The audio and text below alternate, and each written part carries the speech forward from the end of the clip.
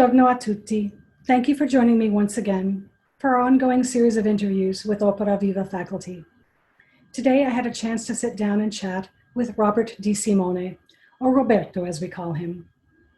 Roberto has been joining us in Verona for years, and he is a stage director with our program. Roberto and I talked about his long career in opera, how he has directed operas all over the world, and what he does with our students in Verona every summer to really understand the dramatic interpretation of the characters they are performing. Please enjoy my conversation with Roberto DeSimone. Buongiorno, Robert. How are you today? Buongiorno, signorina. Come stai? Bene? Sì, sto bene, sto bene.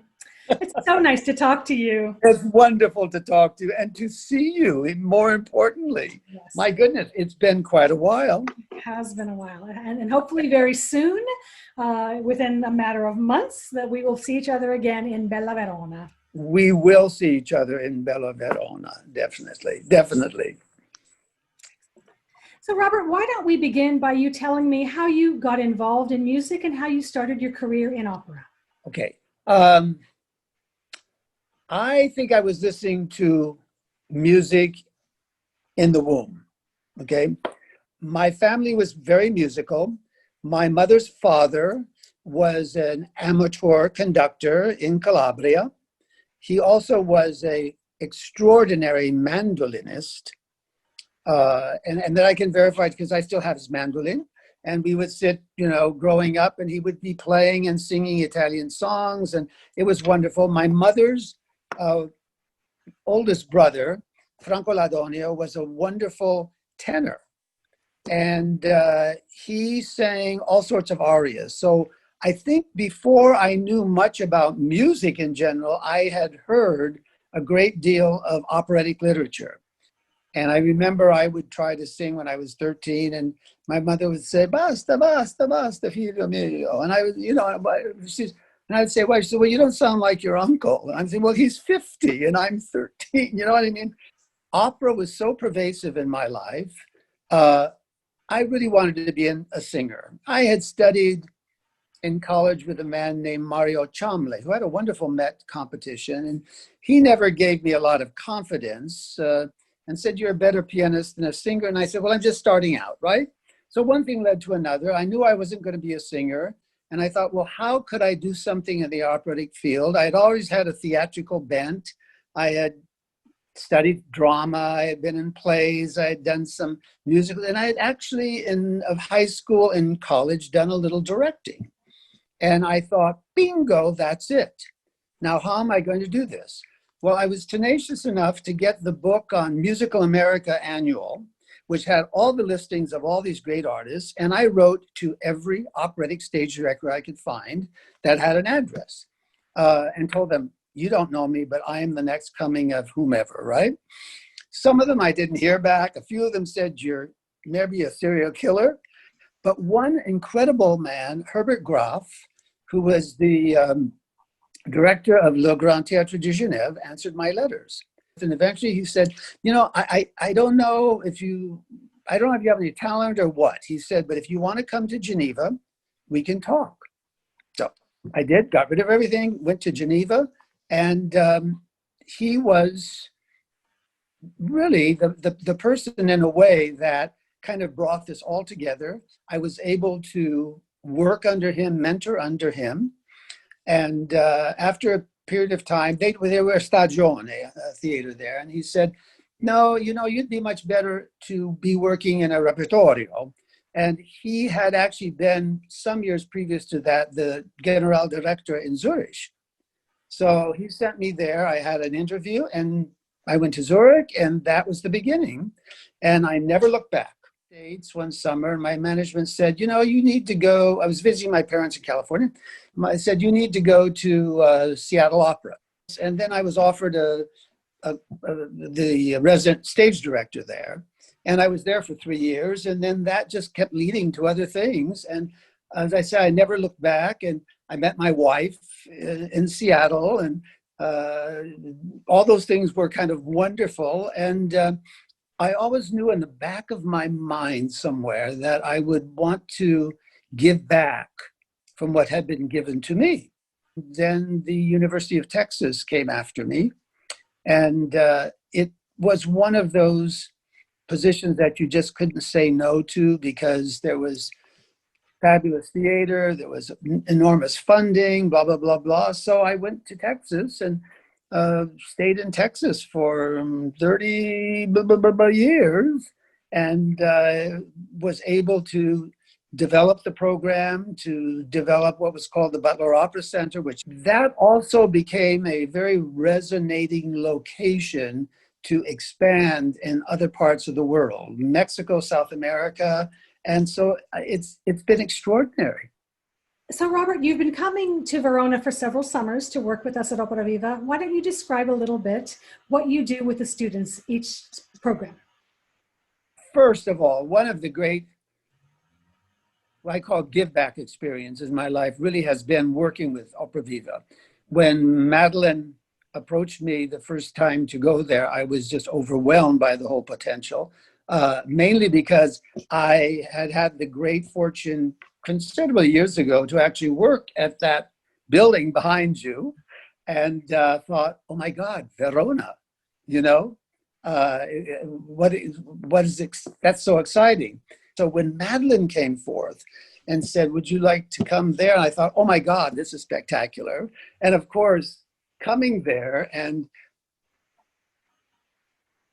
being in this surrounding, meeting people like you, wonderful colleagues, also Residenza isn't too shabby, right? And the fact that we actually get to work in the building, this beautiful city, fabulous food, and all of this. I mean, God, it was like you died and went to heaven.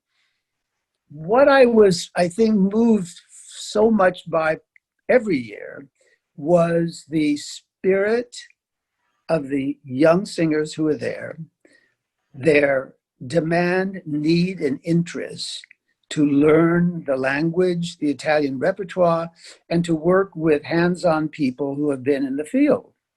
And the ability to work every single day of the week with the same singer, let's say, in a scene or coaching or whatever it was. I mean, for me, that kind of mentoring, because I was very fortunate to have that myself. And I think, I know that's the way it has to be. I don't know.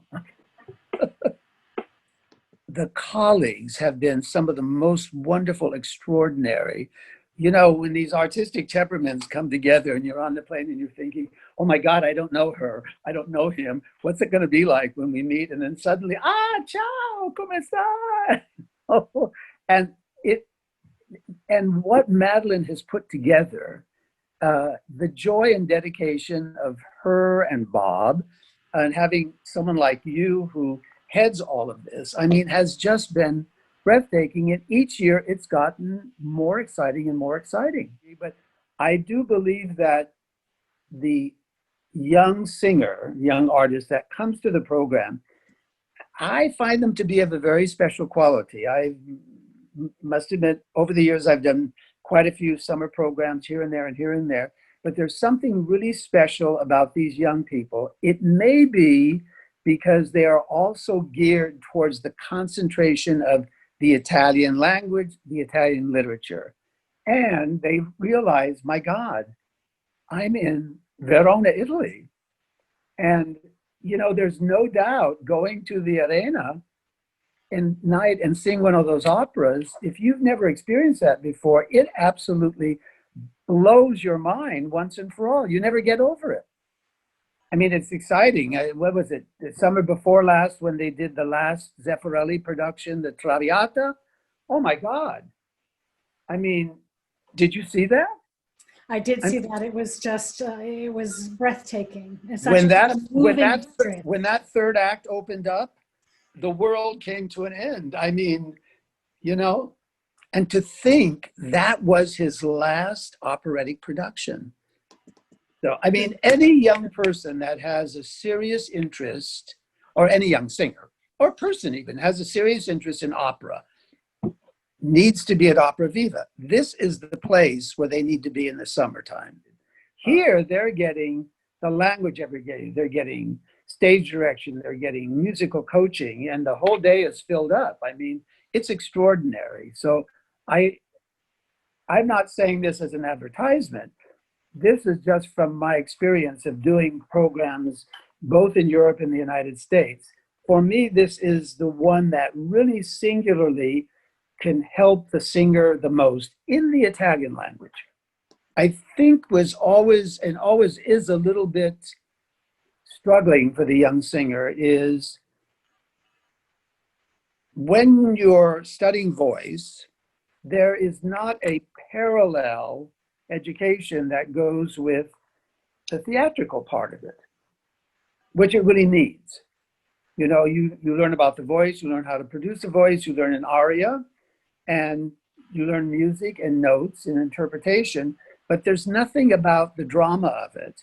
And suddenly you're supposed to walk out the door and you go to one of these programs and here's this director like myself saying, "My dear, why?" So helping the individual to find that. And I go way back, this was pre-computer, where I would talk to particularly young singers or students and say, in your card catalog, because remember the card catalogs in the libraries? Go in the card catalog, you really have witnessed, heard, whatever it is, and seen almost every emotion thus far where you are in your life. Given the day you were born to where you are now, movies, personal. So we bring those forward. And so finding the connection with the young person to initiate in their card catalog, that emotion comes forward, I think is what was probably one of the more difficult aspects of bringing the young student forward. The joy of that is when they find it and connect it, which they all did. One of the great joys several years ago was the Ned Silvio duet that we did. A very, very theatrical piece. And he was a lovely, lovely young singer who was just such a gracious young woman. Probably not a Nedda lady at all. For her to find that and move forward and allow herself to be vocally, dramatically, theatrically vulnerable to this guy, Silvio, was like a joy, And when we did it at the Palazzo, I remember the spontaneity of the audience and the joy it brought them. So there you have it. So, Robert, it has been so wonderful catching up with you. I'm so glad you took the time to chat. Oh my God! It's an honor. It's really exciting. Well, I really enjoyed catching up with Roberto, and I hope you enjoyed our conversation. I'm looking forward to seeing him and all of the Opera Viva faculty again in the very near future. I'm going to close out this video by sharing again another performance by Opera Viva students. This is a performance from the summer of 2019. And this is a scene from Act 1 of Leoncavallo's I Pagliacci. This is the performance that Roberto was speaking about in his interview. This is a duet between Silvio and Nedda, and it was recorded in one of our amazing concert spaces, Palazzo Camuzzini. Please enjoy, and I'll see you next time. Ciao a tutti. Ciao.